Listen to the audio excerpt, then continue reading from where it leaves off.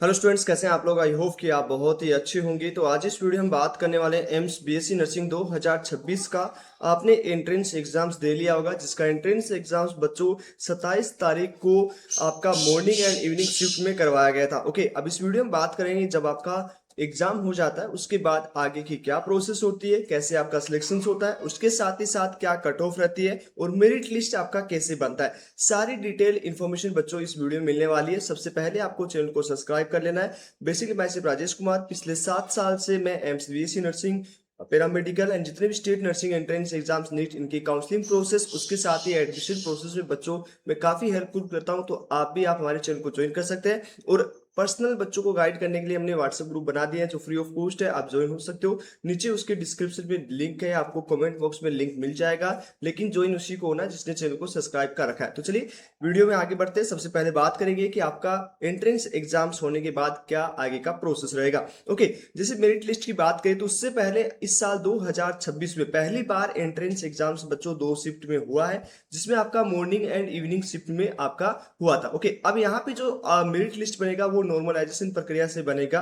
उसका मैं अलग वीडियो बना दूंगा कि नॉर्मलाइजेशन प्रक्रिया किस तरह से होगी, किस बेसिस पे आपका मेरिट लिस्ट तैयार किया जाएगा। अभी मेरिट लिस्ट क्या होता है, किस तरह से आपका होता है, तो ये सारी हम बात करेंगे। सबसे पहले इसमें क्वालिफिकेशन मार्क्स करना होता है, मतलब यदि आप इस स्कोर से ऊपर लाओगे तो उस मेरिट लिस्ट में आपका नाम आ जाएगा। ओके, अब इसके लिए सबसे पहले कैटेगरी वाइज बात कर लेते हैं कि जनरल कैटेगरी में आपका कितना स्कोरिंग चाहिए होगा। फॉर एग्जांपल हम यहाँ पे बात करें कि आपका 100 नंबर का आपका एंट्रेंस एग्जाम्स होते हैं, तो इसमें से आपका किस बेसिस पे जो है परसेंटाइल निकाला जाता है और किस बेसिस पे आपका जो है मेरिट लिस्ट में नाम आएगा। ओके, तो यहाँ पे मान लीजिए कि आपका 100 नंबर से टॉपर रहता है 95 के आसपास, तो इस 95 को आपको 100 परसेंटाइल मान लिया जाता है। ओके, 100 परसेंटाइल मान लेने के बाद इसके बेसिस पे स्कोरिंग तैयार की जाती है। तो यहाँ पे जनरल कैटेगरी बात करें तो 50 परसेंटाइल आपको चाहिए होगा, जिसके बाद मेरिट लिस्ट में नाम आ जाएगा। मतलब आपका स्कोर मान लीजिए 46 47 के आसपास आता है 100 में से, तो आपका मेरिट लिस्ट में नाम 100% आ जाएगा।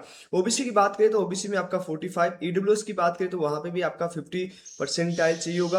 और यदि आप एससी और एसटी से बिलोंग कर रहे हो, आप दोनों कैटेगरी से हैं, तो आपका 40 परसेंटाइल है वो मिनिमम आपको जो है स्कोरिंग चाहिए होगा। ओके, तो चलिए ये चीज आपको समझ में आ चुकी है। अब मेरिट लिस्ट में लास्ट ईयर कितने क्वालिफाई हुए थे, तो लास्ट ईयर बच्चों आपका 26,000 है वो मेरिट लिस्ट में बच्चों का नाम आया था। ओके, अब यहाँ पे उसके बारे में आगे बात करेंगे बच्चों। तो यदि आपका इतना इस बार मान के चलो कि 3 गुना उसमें बच्चों लगभग 1 लाख के आसपास मेरिट लिस्ट में नाम आने की संभावना रहेगी। ओके, उसके बाद में हम बात कर लेते हैं कि यहाँ पे लास्ट ईयर 2024 में क्या मेरिट लिस्ट में कितने बच्चे आए थे और उसके बाद में 25 में क्या हुआ और 26 में क्या संभावना रहेगी बच्चों।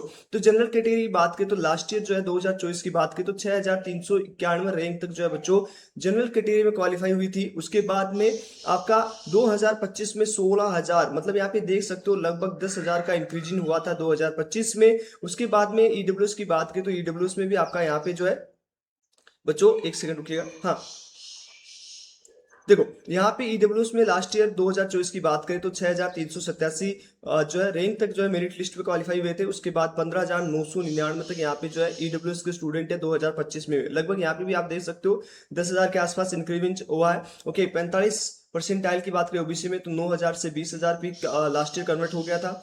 यहाँ पे 13,000 से लेके 26,000 पे, और यहाँ पे आपका एसटी में 40 परसेंटाइल पे लास्ट ईयर 2024 में 13,926 रैंक तक था, जो बढ़ के 26,007 रैंक तक जो है बच्चों क्वालिफाई हुआ था। तो ये आपका मेरिट लिस्ट का कट ऑफ था लास्ट ईयर 2024 में और 25 में। तो यहाँ पे आप देख सकते हो कितना इंक्रीमेंट हुआ है, लगभग 10,000 से ज्यादा ग्रोथ हुई है बच्चों। तो इस तरह से इस साल जो है बच्चों यही जो संख्या है वो लगभग 50,000 के आसपास और एसटी में लगभग 1 लाख के आसपास होने की संभावना रहेगी, क्योंकि इस साल 2 पारियों में 2 शिफ्ट में एंट्रेंस एग्जाम्स हुआ है। इसका मतलब बच्चे दुगने हो चुके हैं, वो भी नीट के पेपर के कारण। तो यहाँ पे ये सारी चीजें आपको जो है बच्चों देखने को मिल सकती है। अब नेक्स्ट सवाल ये उठता है कि बच्चों यहाँ पे क्या ये कोई कट ऑफ होती है, ये कट ऑफ नहीं होती है। मेरिट लिस्ट में जिन बच्चों का नाम आता है वही बच्चा काउंसलिंग प्रोसेस में first round, second round, open round में पार्टिसिपेट कर पाता है। बाकी जिन बच्चों का मेरिट लिस्ट में नाम नहीं आएगा वो किसी भी प्रक्रिया में, एम्स की काउंसलिंग में, एडमिशन प्रोसेस में पार्टिसिपेट नहीं कर सकता। ओके, अब मैंने कट ऑफ यहाँ पे बता दी है, इतना परसेंटाइल आपको लाना होगा।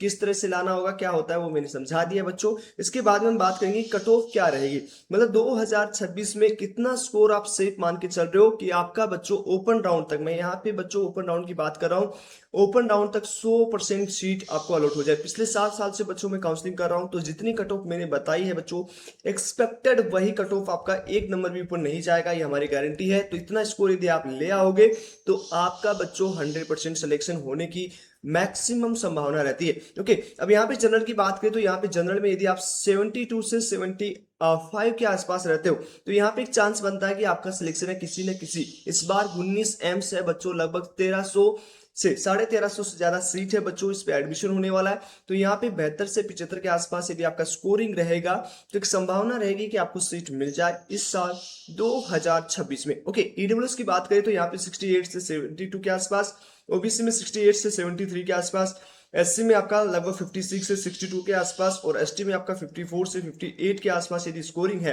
तो यहाँ पे संभावना है कि आपका 100% सिलेक्शन हो जाए। तो ये है एक एक्सपेक्टेड कट ऑफ बच्चों 2026 का। बाकी आपका मेरिट लिस्ट आने के बाद आपको और डिस्कस किया जाएगा।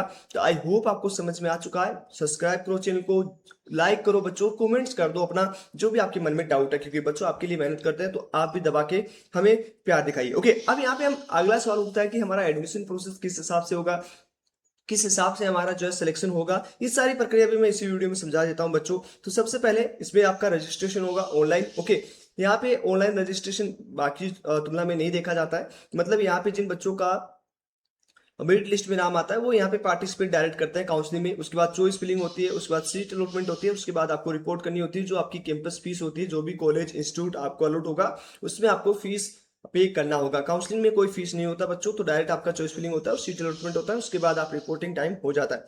उसके बाद मेरी सबसे पहले और स्टेप बताते हैं किस तरह से काउंसलिंग प्रोसेस होगी। तो सबसे पहले मेरिट लिस्ट आएगा, रिजल्ट आएगा। जो बच्चा इस मेरिट लिस्ट में क्वालिफाई होगा वो सब काउंसलिंग में पार्टिसिपेट कर सकते हैं। जिनका इस मेरिट में लिस्ट में नाम नहीं आएगा वो काउंसलिंग में पार्टिसिपेट नहीं कर सकते। लिस्ट केवल एक बार आएगी, दो लिस्ट नहीं आएगी।